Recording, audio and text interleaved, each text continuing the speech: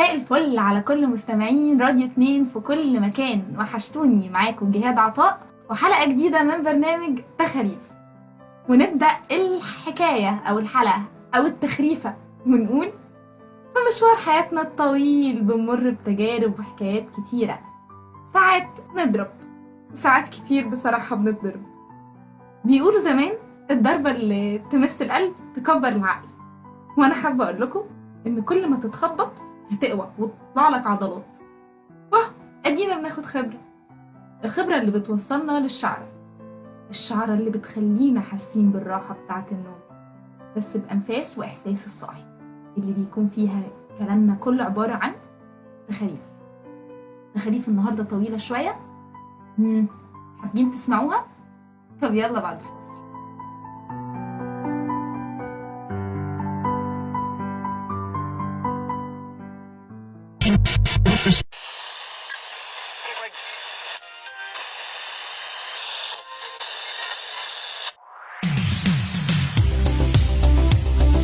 لو قلت لك ابيض واسود هتقولي عكس بعض. طب ولو قلت لك ابيض واوف وايت؟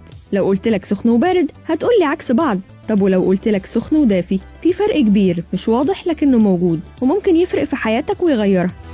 كل ده نعرفه اكتر في برنامج بتفرق مع نورهان ابراهيم كل يوم جمعة الساعة 7 مساء على راديو 2 اف ام.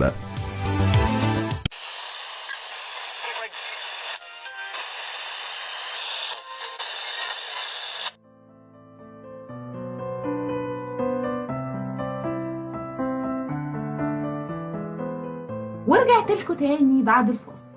هو يعني ايه ابتسامة؟ يعني ايه فرحة؟ ويعني ايه ضحكة؟ طب يعني ايه دموع؟ والحزن شكله بيبقى عامل ازاي؟ يعني ايه حرقة؟ يعني ايه وحدة؟ طب والصدق عامل ازاي؟ والكذب والكذاب بيتفهموا من ايه؟ وليه رسمة القلب ما تشبهش القلب الحقيقي، القلب اللي موجود جوه ضلوعنا ده؟ وليه تعلقنا بالاشياء وشغفنا بيها وتفكيرنا فيها الدايم اللي بيبوظ الدنيا جوانا ده؟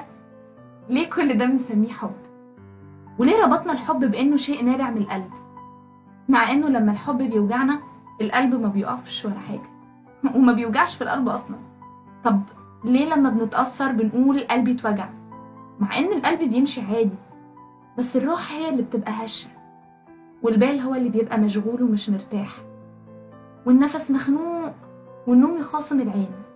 ليه الوجع بقى مش مفهوم وبنكسل نوصفه، او حتى بنكسل نعبر ونقول فين بيوجعنا؟ طب وليه بنستقوى بضعفنا؟ ليه بنستعير قوة تذل فينا من كتر ما هي رعبانة لا تبان في يوم انها قوة مستعارة؟ ومن تاني يعني ايه وحدة؟ وليه بنحس بغربة واحنا في احضان الوطن؟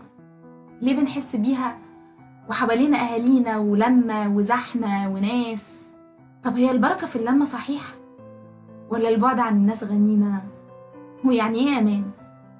وليه ما بقيناش نطمن بوجود الناس اللي كانت بتطمننا زمان؟ ليه احنا واللي بنحبهم وبيحبونا بطلنا نعرف نطبطب على بعض؟ وليه الطبطبة بقت تيجي من الناس اللي ما بنحتاج لهمش ومن الغريب طبطبة؟ ليه اصلا الطبطبة ما بقتش الطبطبة؟ ما بقتش تطمن كده؟ ليه بقينا نضحك على وجعنا ونعمل عليه نكت وبنهرب ونخاف من الفرحة عشان متأكدين من ان اللحظة اللي هتيجي بعد الفرحة هتقتلنا من جوه وهي بتقتل الفرحة؟ ليه اليأس من كل حاجة؟ وليه أملنا بقى بيتلخص في إن لحظة اليأس تعدي من غير ما نموت، ولو وقعتنا وقعنا واقفين؟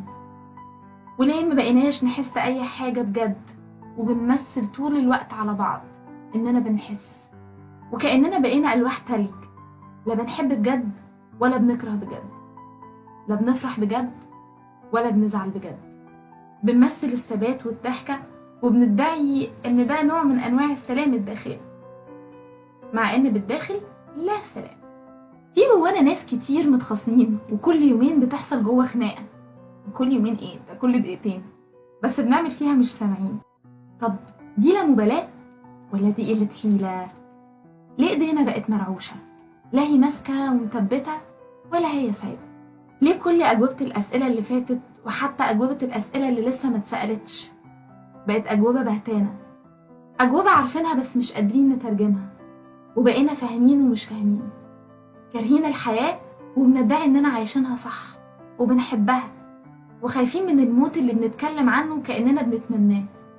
كلام كتير جوانا وعتاب لأقرب الناس لينا، مش هنرتاح غير لما نقول، بس ما بنقولش عشان مرعوبين لا نخسرهم، فنخسرهم ليه؟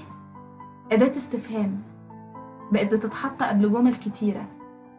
واضح إننا معظمنا ما بقيناش فاهمين أي حاجة، أو يمكن فهمنا الدنيا صح وعرفناها على حقيقتها، فمصدومين ومش قادرين نستوعب وعاملين مش فاهمين، والمعنى الحقيقي للرضا فقدناه بعد ما ضاعت حاجات حلوة كتير فينا كانت موجودة زمان أيام ما كنا بنبقى على بعض، كنا بنستعين بالله وبنهونها بالضحكة. زمان كان الإيمان بالله مزروع جوانا ويطلع لبره لأنه كان مالينا من جوه، لكن دلوقتي احنا مؤمنين من بره بس، إيمان ظاهري غير نابع من القلب. بتصلي مؤدي حركات بس، لكن بتقول ايه جوه صلاتك مش عارف، تايه وسرحان في حاجات كتير. ملتزمة قوي بالطرحة ومستحيل تقلعيها حتى لو لبسك أو تصرفاتك ما يلقوش عليها، بس ضحكتي الناس على الطرحة وظلمتيها معاكي. ما هو أصل طرحة ازاي وفي بيست فريند نوع بوي وبنطلون مقطع وسيرة لا إله إلا الله على لسانك ومش بتركعيها، وعمالة بتحربي هنا وهنا وهنا، وعمالة بتخربي في حياتك وحياة اللي حواليك، ويوم ما بتقرري تتغيري بتختاري أسهل طريق فبتقلعيها أحسن تسوقي سمعتها. مربي دانك بس نسيت تربي روحك. شعارات مثالي قوي، قدوة شباب السوشيال ميديا، لكنك مش بس قاطع الأرحام، لأ ده حتى مامتك وباباك اللي في الأوضة اللي جنبك في نفس الشقة وما تعرفش عنهم حاجة. احنا بقينا مجرد وشوش كتيرة، وشوش بنلبسها. نازل مع صحابي الهلاسين ألبس وش الهلاس، رايحة أصلي مع صحابي المتدينين ألبس وش المتدين التقي، رايحة الجيم ألبس وش الرياضي، بالليل أخربها أكل مفيش هنا. بقينا بنكتب كل كدبة ونصدقها لحد ما تهنا من راحة. وعلى رأي تمورة وصحابه، من كتر الناس اللي بتوش وحشونا الناس اللي بوشين. خلصت حلقتنا، كانت معاكم جهاد عطاء لخريف راديو 2.